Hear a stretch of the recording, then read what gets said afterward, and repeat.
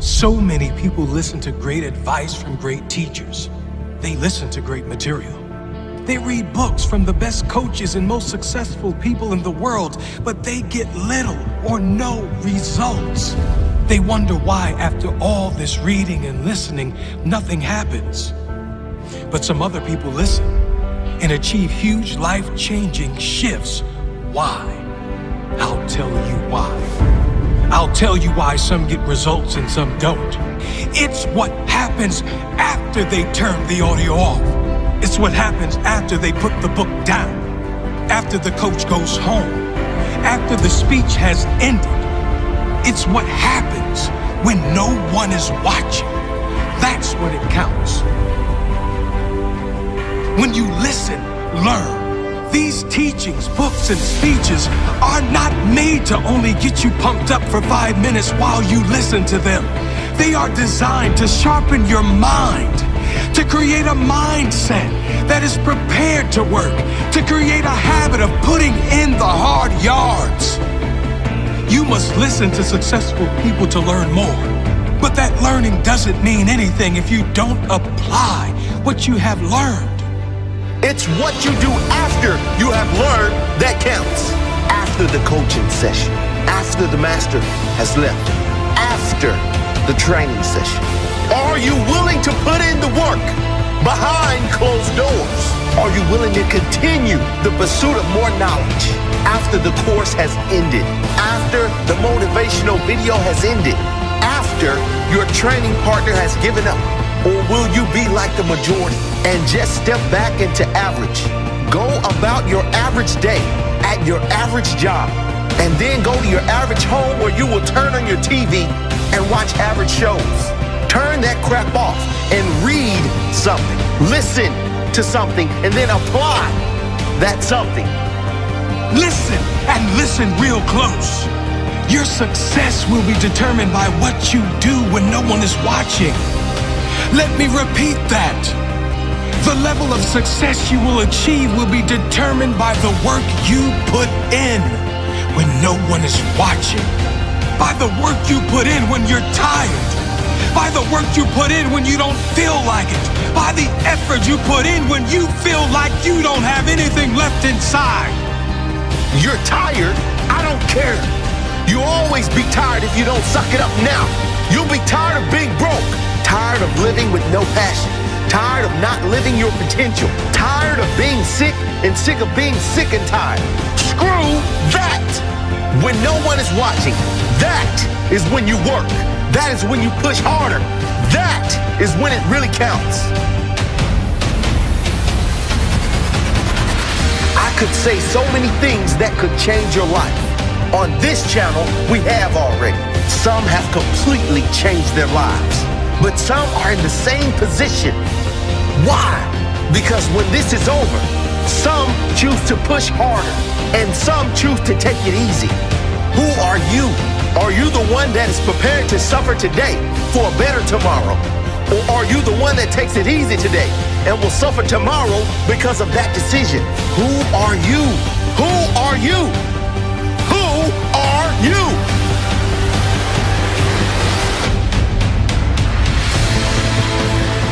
Remember this, when you think no one is watching, you're wrong. There's always one person watching. It's your future self. Your future self is begging you to show some guts, to show some heart, to do that little extra now so you can live with pride later.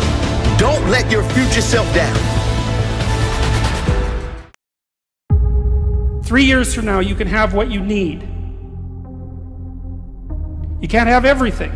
You can have what would be good for you. But you have to figure out what it is, and then you have to aim at it.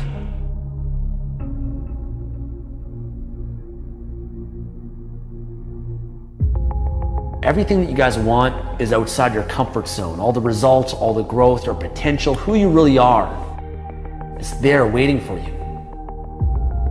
But most people, they don't really want to grow. They don't really want to change. They don't really want the results. They only want it if it's easy, if it's comfortable, if it's within that realm of comfort. And they don't have to face their fears. They don't have to go through the stresses and the anxieties and overcome their limitations in life. And that's why most people will never have it. They'll never change. They'll stay the same. They'll never get the results that they really want.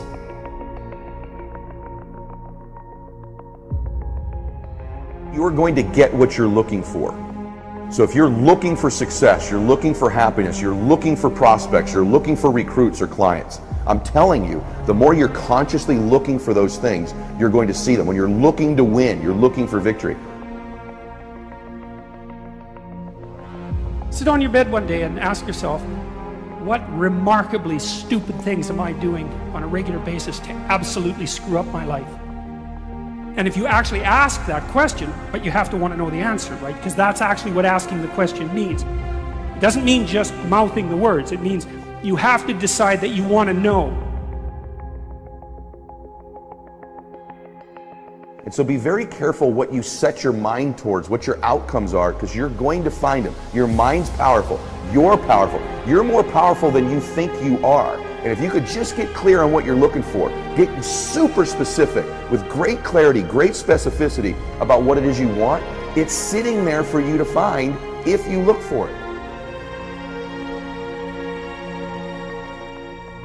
The time is now. The time is now to express and for people to believe in themselves. The time is now for it to be okay to be great. When somebody is absolutely certain the common word is believe, right? But you can believe at a general level or you can believe with certain. When you're absolutely certain that if I do this, it's going to get that result and that result's going to change my life, you'll do it. When you think it absolutely is not going to work, you're never going to do it. People want to have success, people want to make a lot of money, but they want it to be easy without any challenges. It seems like sleeping in the morning is a form of freedom, because hey, I don't have to do anything, I'm just going to sleep in. But the reality is when you sleep in, now you don't get things done. And now those things that you were supposed to do aren't done, and now the next day you have to wake up early and get them done, not because you want to, but because you have to. Now let me give you a little simple formula for goal setting, okay? We take 2.5 hours on the weekend for the whole 10-year plan. We don't have time for that tonight, but let me get you started with a little simple formula Mr. Schoaf gave me, and maybe this will be helpful. First of all, I've divided goals into two parts. First is long range. Long range goals, that's your dreams. Your dreams for the next 3, 5, 10, 20, 30, 40 years, actually the rest of your life. Your dreams. You've got to keep dreaming. Ronald Reagan, president, said to the joint session of Congress a few weeks ago, "The Republic is a dream." And if we don't keep dreaming, we will lose the Republic. Your better future is a dream for yourself and for your family. Where do you want to go? What do you want to do? What do you want to be? What do you want to see? You've got to dream dreams. There's a Bible phrase that says, without dreams and visions, people perish. You've got to have something to go for that inspires the heart and the soul. Dreams. From the children of Sanchez, it says, take the crumbs from starving soldiers, they won't die. Take the bread from hungry children, they won't cry. But without dreams, we all will die. You've got to dream. Don't lose your dreams. For yourself, for your future, for your family. The dreams of love and enterprise and travel and doing things. Becoming something unique on your journey here. Don't lose your dreams. Do some dreaming. That's long-range goals. You've got to have those. So that's number one. Here's the second part of goals, short range. Short-range goals. That's your goals for tomorrow, this week, this month, this year, the immediate future. We call these confidence builders. Because if you set up something short-range, go for it, get it, latch onto it, work hard, accomplish it. That starts building your strong feelings to go for your dreams. Now, I've divided goals into 3 categories. Here they are. Number 1 is economic. That's your goals for money, income, business, profits, production. Economics. Make sure you've got your economics well planned. Economics plays a major role in everybody's life. Economics is major, which means it ought to be meticulously well planned for tomorrow, this week, this month, this year, long range. What if you asked somebody tomorrow if you could see their meticulously well-planned list of economic goals? What would they probably say? They say, you some kind of a nut? You must be weird. Hey, I found out what success is. Success is doing what the failures won't do. Make sure you've got your economics well planned. It'll put you in the top 5%. One of the key little subjects we talk about on the weekend is the 7 fundamentals for wealth and happiness. And that's one of them, well-planned economics. It's a fundamental if you want to do well. Join the top 5%. Anybody in this room can join the top 5%, if you will. Okay. Now here's the second category of goals, things. Make a list of the things you want. And on my list of things, now I put everything. Little things as well as major things. Doesn't matter how small it is, it goes on my list. I used to just put major things, cars, homes. I don't do that anymore. I now load my list with everything. Everything. And the reason is, part of the fun of having a list is checking it off. That's it. Boy, at the end of the day, if you can go, got it, got it, got it, got it, got it, got it, whatever it is, right? You get into the habit. So load up your list, the things you want. Now, when you check off something major, celebrate. That's an important point to make. Celebrate your achievements. Live it up. Have a party when you reach something you've worked for a while. See, we all grow from 2 experiences. One is called the pain of losing. The other one is called the joy of winning. We need both of them. Amplify them as much as you can, which also means make losing painful. If you set up something, fooled around, didn't get it, put it on yourself. On the other side, if you did get it, congratulate yourself. Self-congratulations is a sign of maturity. Seeking congratulations is a sign of immaturity. But hey, winning and losing, see, that's what it's all about. That's the name of the game. Now, some people lead such mediocre lives, at the end of the day, they don't know whether they're winning or losing. They got no clue. Guy's just going through the day with his fingers crossed. There's a better way. Okay, here's the third category of goals, personal development. Put those goals together. Personal development goals. That's your goals to be stronger, more decisive, be a speaker, be a leader, learn a language, all kinds of skills.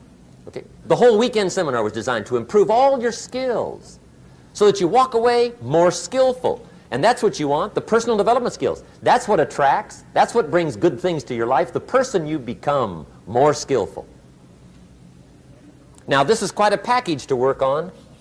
Economics, things, personal development. For tomorrow, this week, this month, this year, long range.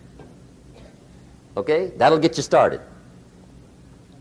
Now, here's the simple formula for setting goals. It goes like this. A, work on your goals. That's step 1. Work on them. And I put the word work there deliberately. Setting goals is plain hard work. I don't want to kid you. We haven't come here tonight to kid each other. It's work. I know it's work. That's why a lot of people just let it slide. It's work. Many people work hard on their job, but they don't work hard on their future. They just let that slide. And the work involved is making plans. I know most people don't. I understand that, but don't let that be you. Guy says, well, yeah, you work where I work, but the time you struggle home, it's late. You've got to eat a bite of supper, watch a little TV, get to bed. You can't sit up half the night. Plan, plan, plan. And the guy's behind. Good worker, hard worker, sincere. But you got to be better than sincere, working hard. You got to be better than a good worker. You got to be a good planner. Somebody once wisely said, the people who fail to plan are planning to fail. Well said. So work on your goals. Here's step 2. Write your goals down. That's so important. I teach my staff around the world, put your goals in your journal. Because one of the major people you want to study is yourself. Say, here's the list of goals I put together 3 weeks ago. Here's the list of goals I put together 2 years ago. Here's some of the changes I made, rearrangement of my priorities. I scratched these off, I put these on, I've gotten these. Study your accomplishments, study what your desires are. Put them on paper, write them down. Here's another reason for writing your goals down. It shows you're serious about doing better. And to do better, you gotta get serious. You don't have to be grim, but you must be serious. Everybody hopes things will get better. Everybody hopes. Poor people hope. That ought to tell you something. It means the future does not get better by hope. It gets better by plan. I used to have the affliction called passive hope. It's an affliction. It's bad. Probably what's even worse than that is happy hope. Now that is really bad. That's bad. Happy hope. The guy's 50 and he's broke and he's still smiling. See, that's not good. So get serious about your goals. Put them on paper. Write them down. There's all kinds. His goals, her goals, their goals. Business goals, financial independence goals, family goals. I mean, there's so many things to work on this that if you don't get busy and work on it, sure enough, the time will pass.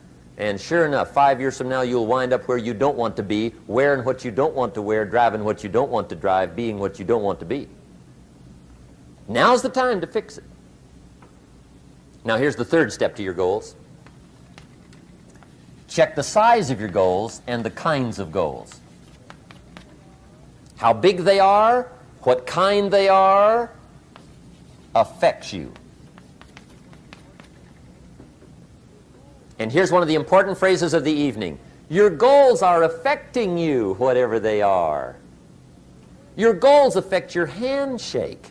Your goals affect your attitude, personality. Your goals affect the way you walk, the way you talk, the way you dress.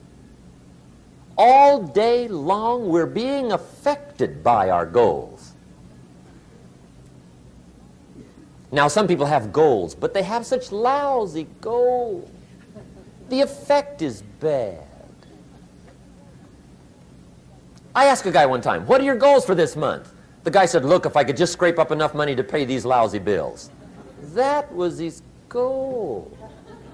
I'm not saying it isn't a goal. It's a goal, but it's such a lousy goal, the effect is bad. You don't jump out of bed on Monday morning and say, oh boy, another chance to go out and scrape up the money to pay my lousy bills. See, you don't do that. Usually you say, oh, not another Monday.